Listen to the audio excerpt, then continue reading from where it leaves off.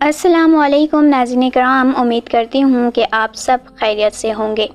تو جی آخرکار کرولش اورحان کی لاسٹ ایپیسوڈ آ چکی ہے، ہم دیکھ بھی چکے ہیں اور یقیناً آج کی ویڈیو میں کس نمبر 26 کا ریویو آپ کے سامنے پیش کیا جائے گا۔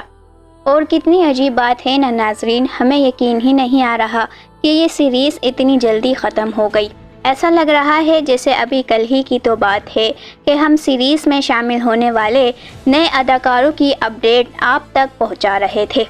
ناظرین کرام، وقت اتنی تیزی سے گزرا ہے کہ پتہ ہی نہیں چلا کہ ترک داستان لائٹ چینل کو یوٹیوب پر کام کرتے ہوئے پورے 12 مہینے مکمل ہو چکے ہیں اور اگست میں ہمارے اس چینل کو پورے 1 سال مکمل ہو جائیں گے۔ تو پیارے ناظرین، اس یوٹیوب جرنی میں میرے ساتھ اتنا عرصہ گزارنے کے لیے آپ سب کا تہ دل سے شکریہ۔ میں نے جب یہ جرنی اسٹارٹ کی تھی تو مجھے اپنے اوپر اتنا بھروسہ نہیں تھا کہ میں یوٹیوب کی دنیا میں اتنی کامیاب ہو پاؤں گی۔ آج میں جو کچھ بھی ہوں سب آپ کی وجہ سے ہوں۔ آپ لوگوں نے مجھے اتنا سپورٹ کیا، اتنا پیار دیا، ایک بار پھر سے آپ سبھی کا شکریہ۔ میں جانتی ہوں کہ یہ سیریز تو ختم ہو چکی ہے، البتہ یاد رکھیں کہ میرا چینل ہرگز بند نہیں ہوگا۔ ابھی ترک انڈسٹری میں بہت سارے ہسٹوریکل سیریز آئیں گی، انشاءاللہ آپ کو انہی اپڈیٹ سے آگاہ کیا کروں گی۔ اور ویسے بھی محمد بزدار کی نئی سیریز عشق و تخت کے بھی ابھی سے بہت چرچے ہو رہے ہیں۔ انشاءاللہ بہت جلد اس سیریز کے حوالے سے بھی آپ کو کنفرم نیوز دیا جائے گا، بس تھوڑا سا انتظار رکھیں۔ پیارے ناظرین، مجھے اب بھی وہ وقت یاد ہے جب مجھے لاک ڈاؤن کے دوران ایک نئی سیریز کی معلومات ملی تھی جس کا نام دیریلش ارطغرل تھا۔ اس سیریز کی پہلی ایپیسوڈ کا آغاز ایک لوہار کی دکان میں 2 ہتھوڑوں سے تلوار پر ضرب لگانے اور نعروں حی در اللہ حق در اللہ کے ساتھ ہوئی تھی۔ ناظرین، یہ سیریز دیکھتے ہوئے اتنا عرصہ گزر چکا ہے لیکن اس کی کہانی، اس کا سنہرا دور آج تک دل پر نقش ہے۔ اور ہاں ناظرین، میں نے دیریلش ارطغرل سیریز ایک بار نہیں بلکہ 3 بار اس کے 5 سیزن ختم کیے ہیں۔ پھر بھی عجیب بات ہے کہ دل یہی کہتا ہے کہ ایک اور بار دیریلش ارطغرل دیکھا جائے۔ اس کے بعد کرولش عثمان نے بھی ہمارے دلوں پر راج کیا اور اب آخرکار کرولش اورحان کا بھی اختتام ہو گیا ہے۔ پیارے ناظرین، یہ ورثہ ہمیشہ ہماری یادوں میں زندہ رہے گا۔ مجھے یقین ہے کہ آپ میں سے کئی ناظرین نے دیریلش ارطغرل کو لاک ڈاؤن کے دوران میں ہی دیکھنا شروع کیا ہوگا اور اس وقت رمضان المبارک کا پیارا مہینہ بھی آیا تھا۔ آپ میں سے کن کن حضرات نے لاک ڈاؤن کے دوران یہ سیریز دیکھنا شروع کیا تھا، مجھے کمنٹس میں ضرور بتائیے گا۔ اور مجھے یہ بھی یقین ہے کہ ہم میں سے کئی ناظرین نے دیریلش ارطغرل دیکھنے کے بعد ہی ترکی کے اور ہسٹوریکل سیریز دیکھنا اسٹارٹ کیا ہوگا۔ نہایت ہی افسردہ دل کے ساتھ ہم اس سیریز کو الوداع کہتے ہیں۔ بہرحال ناظرین، آئیے کس نمبر 26 کا ریویو کرتے ہیں۔ پیارے ناظرین، کس 26 کا سب سے پیارا سین عثمان غازی کا مقبرہ والا سین تھا۔ یقین مانے جب وہ میری آنکھوں کے سامنے آیا تب میں اٹھ کر بیٹھ گئی اور سر پر دوپٹہ اوڑھ لیا۔ عام طور پر ہم سبھی اس سیریز کو لیٹ کر ہی دیکھتے ہوں گے کیونکہ اس کی ایپیسوڈ پورے 2 گھنٹے کی ہوتی ہے، ظاہر ہے بیٹھ کر تو کوئی بھی نہیں دیکھ سکتا۔ بہرحال میں یہ کہہ رہی تھی کہ اس سین نے ہمارے روح کو چھو لیا تھا۔ ناظرین، اگر آپ کو یاد ہو تو یہ عثمان غازی کی وصیت تھی کہ انہیں بورسا میں چاندی کے گنبد کے نیچے دفن کیا جائے۔ اگر آپ لوگ اب بھی پریشان ہیں کہ کس نمبر 25 میں تو عثمان غازی کی قبر کسی جنگل میں دکھائی گئی تھی، تو پیارے ناظرین، بورسا میں ان کے مقبرے کی تعمیر کے بعد میں اورحان غازی نے ان کے جسد خاکی کو بورسا میں منتقل کیا تھا اور تاریخ میں بھی کچھ ایسا ہی درج ہے۔ امید ہے کہ اب آپ کے ڈاؤٹس کلیئر ہو گئے ہوں گے۔ دوسری جانب ناظرین، جس سین نے مجھے سب سے زیادہ غصہ دلایا وہ یگت اور دیفنے کی موت کا سین تھا۔ ناظرین، جو انسان کھائی میں گر کر زندہ بچ جاتا ہے اور جو انسان آگ میں بری طرح جل جاتا ہے وہ پھر بھی زندہ بچ جاتا ہے اور آخر میں رائٹرز ان کے لیے اتنی آسان موت لکھ دیتے ہیں۔ ناظرین، سچ بتاؤں تو ایک پل کے لیے تو میرے ذہن میں ان دونوں کو دیکھ کر یہی خیال آیا تھا کہ کہیں یہ دونوں پھر سے زندہ ہو کر نہ آ جائیں، کیونکہ جب یہ دونوں جل کر اتنی اونچائی سے گر کر زندہ بچ سکتے ہیں تو یہ چھوٹے سے چاقو ان کا کیا ہی بگاڑ لیں گے۔ بہرحال ناظرین، پھر بھی آخری قسط کی اسکرپٹ رائٹنگ اتنی بری بھی نہیں تھی۔ اس کے برعکس مجھے قسط 26 پرسنلی بہت انٹرسٹنگ لگی، اور ہم شاہنشاہ کا کردار ادا کرنے والے اداکار کی ایکٹنگ کو کیسے بھول سکتے ہیں۔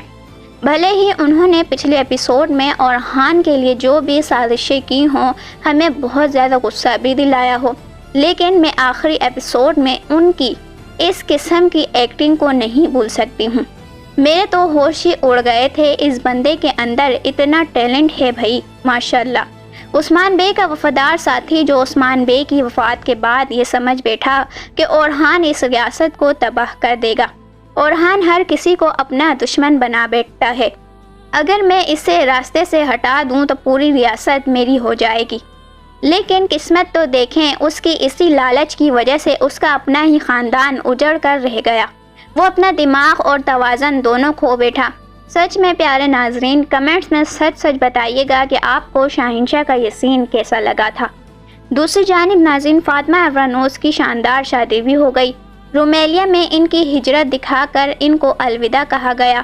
ادھر درسن کا بھی وہی انجام ہوا جو کہ تاریخ میں درج ہے، اور میں نے یہ اندازہ بہت پہلے ہی لگا لیا تھا، کیونکہ جس طرح سے محمد بزداق ایک کے بعد ایک تاریخی واقعات دکھا رہے تھے، اس حساب سے درسن کی موت دمیر خان کے ہاتھوں ہی ہونی تھی۔ لیکن جب میں نے پچھلی ویڈیو میں آپ کو یہ نیوز دی تھی تو آپ میں سے کئی ناظرین نے اختلاف کیا تھا۔ بہرحال ناظرین، قسط نمبر 26 کا سب سے اینڈ والا سین جہاں پر شہزادہ اور ان کے لالا کی انٹری ہوئی تھی، تو اس سین کو لے کر ہمارے ذہنوں میں کافی کھلبلی مچی ہوئی تھی، کیونکہ اس کے پہلے سین میں ایک بازنطینی فوج اور دوسری طرف اورحان کی فوج نے ایک دوسرے پر دھاوا بول دیا تھا، لیکن اگلے ہی لمحے یہ شہزادے والا سین آ گیا جیسے کچھ ہوا ہی نہ ہو، اور پھر درسن اور دمیر خان کے درمیان کی جنگ اور بازنطینی اور عثمانی جنگ کو شہزادے کی زبانی سنا دی گئی۔ ہمیں یہ کہا گیا کہ پہلے قانون کے جنگ میں اورحان غازی فاتح رہے، جبکہ شہنشاہ اندرونیکوس سوم نے اپنے آپ کو قالین میں لپیٹ کر قسطنطنیہ بچ نکلنے میں کامیاب ہو گیا۔ دوسری جانب درسن اپنے ہی بھائی کے ہاتھوں شہید ہو گئے۔ اور پیارے ناظرین، جس سمندر کے پاس یہ شہزادہ کھڑا ہے، یہ رومیلیا کا سمندر ہے، جسے ایورانوس بے نے اپنے اکنجی دستوں کے ساتھ فتح کیا تھا۔ دوسری جانب ناظرین، یہاں پر کوئی 10 یا 20 سال کا ٹائم جمپ نہیں لیا گیا، بلکہ پورے 71 سال کا ٹائم جمپ لیا گیا ہے، یعنی کہ 71 سال کا۔ جی ہاں ناظرین، آپ کے کان بالکل صحیح سن رہے ہیں، اور یہ سن 1400 عیسوی کے دور میں چلے گئے ہیں۔ جی ہاں ناظرین، اس دور کے مطابق جیسا کہ شہزادہ کے لالا نے کہا کہ آپ کے پردادا اورحان غازی وفات پا چکے ہیں۔ ناظرین، یہ الفاظ سنتے ہی میں تو ایک بار پھر اٹھ کر بیٹھ گئی۔ پیارے ناظرین، پہلے تو مجھے یہ سمجھ نہیں آ رہی تھی کہ یہ اورحان غازی کے بیٹے مراد کے بیٹے ہیں، لیکن ڈرامہ ختم ہونے کے 2 گھنٹے بعد مجھے ساری کہانی سمجھ آئی کہ آخر ہوا کیا ہے۔ چلیے اب میں آپ کو آسان لفظوں میں بیان کرتی ہوں۔ سلطان اورحان کے بیٹے مراد، پھر مراد کے بیٹے محمد ون ہیں یہ شہزادہ جنہیں آپ اسکرین پر دیکھ رہے ہیں۔ امید ہے کہ اب آپ سمجھ گئے ہوں گے کہ شہزادہ نے سلطان اورحان کو پردادا کیوں کہا۔ دوسری جانب ناظرین، کرولش اورحان کے اختتامی منظر نے کئی اہم تاریخی اشارے دیے ہیں۔ یہ منظر سن 1400 عیسوی کے دور کو ظاہر کر رہا ہے، جہاں شہزادہ محمد ون کو دکھایا گیا ہے، تاہم یہاں تاریخی اعتبار سے ایک غلطی بھی محسوس ہوئی ہے، کیونکہ شہزادے کے لالا نے کہا کہ ان کے والد سلطنت کی تباہی کے بعد سب کچھ دوبارہ درست کر لیں گے۔ حالانکہ یہ اشارہ اس دور کی طرف ہے جب جنگ انقرہ کے بعد سلطان بایزید یلدرم تیمور لنگ کے ہاتھوں قید ہو چکے تھے اور سلطنت عثمانیہ شدید بحران کا شکار ہو گئی تھی۔ ناظرین، جنگ انقرہ کے بعد عثمانی سلطنت ایک خون ریزی خانہ جنگی میں داخل ہوئی، جہاں شہزادوں کے درمیان اقتدار کی ایسی کشمکش شروع ہوئی جس میں صرف ایک ہی حکمران کامیاب ہو سکتا تھا، کیونکہ سلطنت میں اقتدار کی تقسیم قبول نہیں کی جاتی تھی۔ بالآخر سلطان محمد چلبی نے ان تمام تنازعات کا خاتمہ کیا، سلطنت کو دوبارہ متحد کیا اور عثمانی ریاست کو نئے سرے سے مضبوط بنیادوں پر استوار کیا۔ یہی وجہ ہے کہ تاریخ میں انہیں سلطنت عثمانیہ کا دوسرا بانی بھی کہا جاتا ہے۔ اس آخری منظر سے بظاہر یہی محسوس ہوتا ہے کہ محمد بزداق نے عثمانی ریاست کے اولین دور تاسیس کے داستان کو یہیں مکمل کر دیا ہے۔ ساتھ ہی یہ منظر ایک ممکنہ اشارہ بھی ہو سکتا ہے کہ مستقبل میں سلطان محمد چلبی یعنی سلطنت کے دوسرے بانی پر ایک نئی تاریخی سیریز پیش کی جائے۔ آپ کی اس بارے میں اور میری آج کی ویڈیو کے بارے میں کیا رائے ہے مجھے کمنٹس میں ضرور بتائیے گا۔ تو ناظرین کرام، یہ تو تھی میری آج کی ویڈیو۔ میری ویڈیو کو یہاں تک دیکھنے کے لیے آپ کا بے حد شکریہ۔